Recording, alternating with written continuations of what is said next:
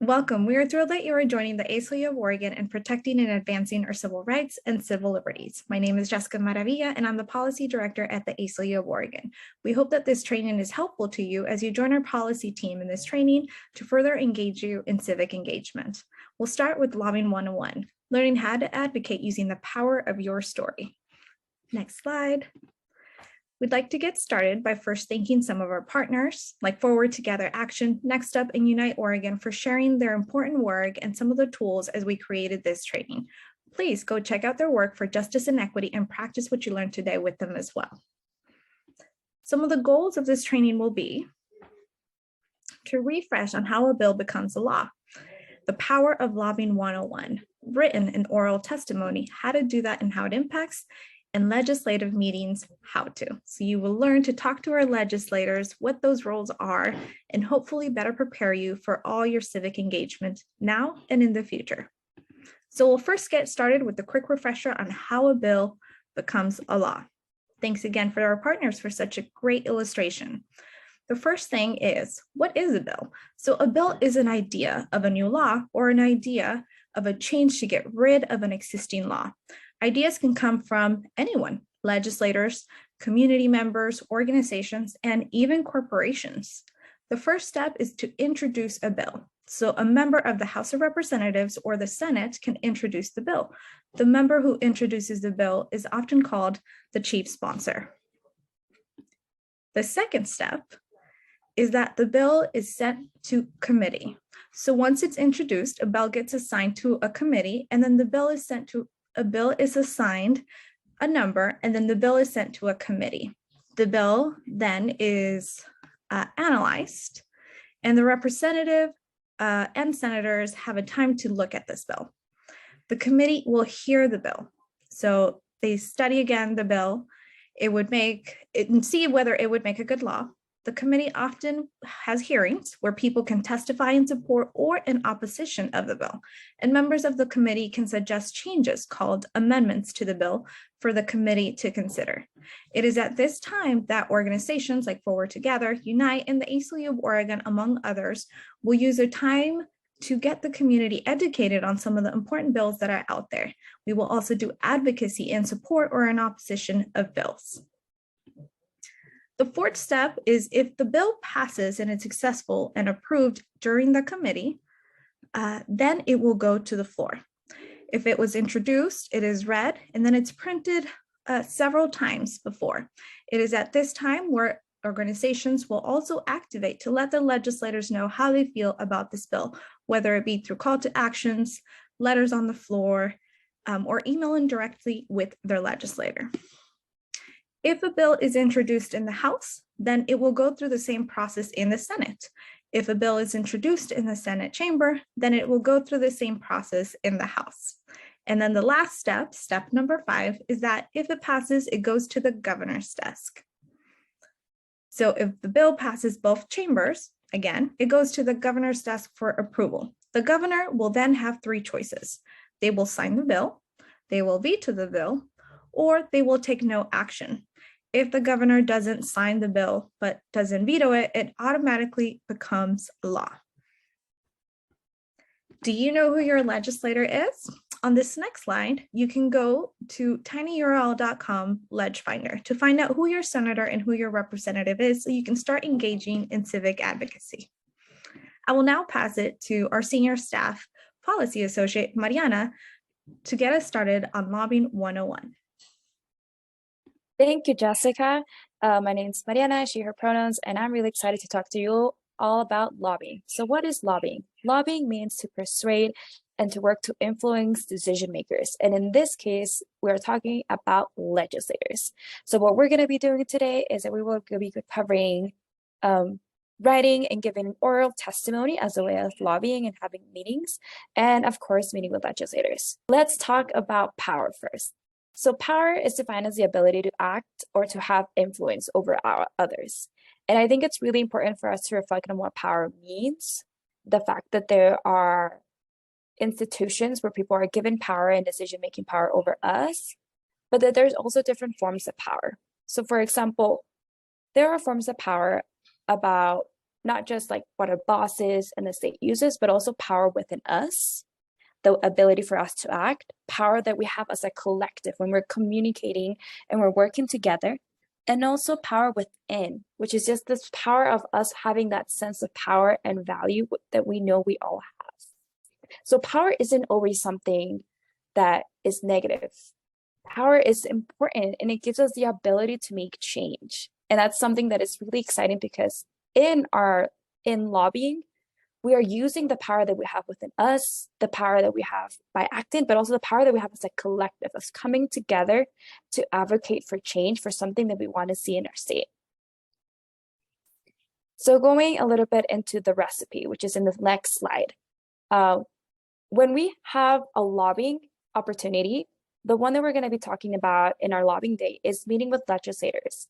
And this is when we have the opportunity to work on a recipe of all the things that we want to include in those meetings. So we want to identify who we are, how we're connected to the issue. We want to illustrate what the problem is, we need to state what the need is to address that problem. And then we advocate for that solution, which in this case would be one of our bills that we have working in the state that we can advocate because we see that this bill will help bring a solution to that need and to that problem. And then we demand action, right? This is the opportunity where we ask legislators, please pass this bill because this bill will make positive change in these different ways. Now, as we introduce ourselves and as we think about the issues, now we're going to go into the next slide. We're going to be talking about what the involvement with the situation is. So how have you engaged in these particular issues? So for example, we have one of the bills, which is wanting to make sure that we have access to reproductive health care, the full spectrum, and also gender affirming care, right? That's our House Bill 2002. So we can reflect on how have I been involved in this, or how am I related to this issue, or why is this issue important to me? So we can either say like, whoa, I volunteered either at a clinic or I've seen this in the different ways. I've advocated in the past. I participated in listening sessions, in work groups, or, and most importantly, it could just be your lived experiences. So for example, for me, I can be like, as a woman, I want to make sure that I have access to the full spectrum of care. That is one way that I can present myself. Next slide. So in a way that we bring this, it's super important that in those meetings, we use our power to share our stories because stories are powerful and we all have personal experiences or connection to the different issues that make it so important for us to be able to share our stories. So it's important that when we do this, we share a feeling that is relatable or understandable about how we feel about this issue or why this issue is important to us, that we address how it fits into this larger systemic issue, and how our personal story is tied to this. And we can do this. We always recommend that you can make your story in 2 to 3 sentences and align to the solution since, our lobbying meetings are shorter. And it's also always important to include memorable details, but really your personal story is memorable. And last but not least, say why in your story and why the solution is so important to address the need and how it's connected to your story and why it's important to you and your story. There are many ways to share your stories. We're talking in the context about lobbying and directly meeting with legislators, but there are so many different ways of continuing to share a story, which is why it's so important to find those opportunities. We can share our stories with organizations and social media, news outlets, letters to the editor, opinion editorials. We can also do it in media promotions by emailing or calling on legislators directly, mailing a postcard to electeds and in writing, meeting with electeds as we're doing, and of course in a lobbying day, which we're really looking forward to. Now I have the opportunity to introduce my colleague, Emily Hawley, who is one of our senior policy associates. Thank you, Mariana. I am Emily, she, her pronouns. And speaking of sharing stories, one of the main ways people think about sharing stories with lawmakers is via written or oral testimony. And so members of the public have the opportunity to provide written or oral testimony at committee hearings.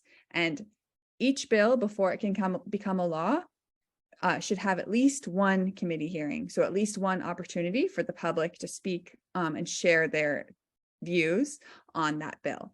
And they can share their opinions and views orally at the committee hearing or in writing. So you can go to the next slide, which will give kind of logistical assistance on how to testify. So the two ways you can provide testimony are written. You can write a letter to lawmakers, to the committee. And so this, if you follow this, the first written link, it has instructions in English and Spanish on how you would submit written testimony. And the second link is, you could follow that for instructions on if you wanted to register to speak to the committee. So you would look up a bill you cared about, see the date of its committee hearing, and then you would register. And for the written testimony, you can submit it up to 48 hours after the committee hearing, though ideally you do submit it in advance of the committee hearing. And for the oral testimony, you can register to speak up to 30 minutes before the committee hearing begins. So then we can move to the next slide, which is pieces to include in your testimony. So first, you want to address your audience. Then you want to identify yourself for the record. Next, you want to explain your involvement with this situation, what connection you have to this issue or bill. And fourth, share your story, as Mariana articulated. 5, state what what is the solution and why. And 6, state your need and call to action. And so if we go to the next slide, we'll kind of break these down a bit. Addressing your audience. When you speak at a committee hearing, your audience is the members of the committee. And so each committee will have a chair. In the Senate Committee on Judiciary, this would be Chair Prosansky, and a Vice Chair Thatcher, and then members of the committee. So either in writing or in speaking, you'd say, dear Chair Prosansky, Vice Chair Thatcher, members of the committee, and that's your audience. That's who you're speaking to. And then we can move to identifying yourself for the record. That is the next slide. And for this, you will start by thanking the committee for the chance to testify.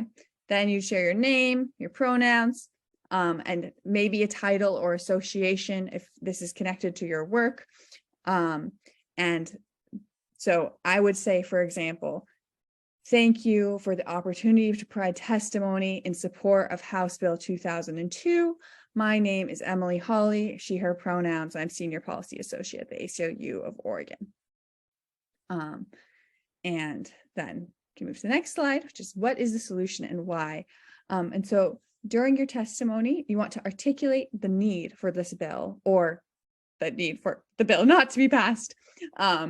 And sometimes this is common sense. Sometimes you might really need to explain something either more complex or that might not be intuitive to the committee. Describe what the bill does. And so the simple framing is need and solution. So reproductive health and gender affirming care are under attack is the need. Solution: in Oregon, it is important we protect in statute the right to access the full spectrum of reproductive health and gender affirming care via House Bill 2002. So then, so we have a sample call to action. This might be how you close your testimony. What is your need? No one should be deprived of the right to vote. What do you want leaders to do? And this is important. You really want to have a direct ask in this testimony. I ask you to support me and our communities by voting yes to move Senate Bill 579 out of committee. And then now we have an example testimony from my brilliant colleague, Mariana, on House Bill 2002. So we'll take a moment to learn from her. Though remember,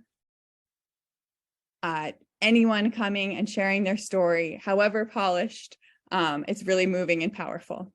So But yeah, let's learn from Master. Good afternoon, Chair Knowles, Vice Chair Goodwin and Nelson. Thank you for the opportunity to provide testimony in support of HB 2002 on behalf of the ACLU of Oregon.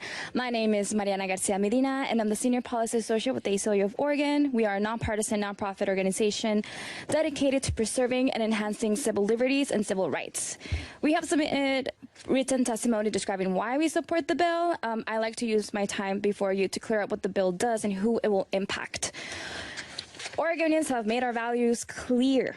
We trust people to make decisions about their bodies. We believe that everyone in our state, no matter how much money they make or where we get insurance, deserve gender-affirming care and reproductive care, and that includes abortion.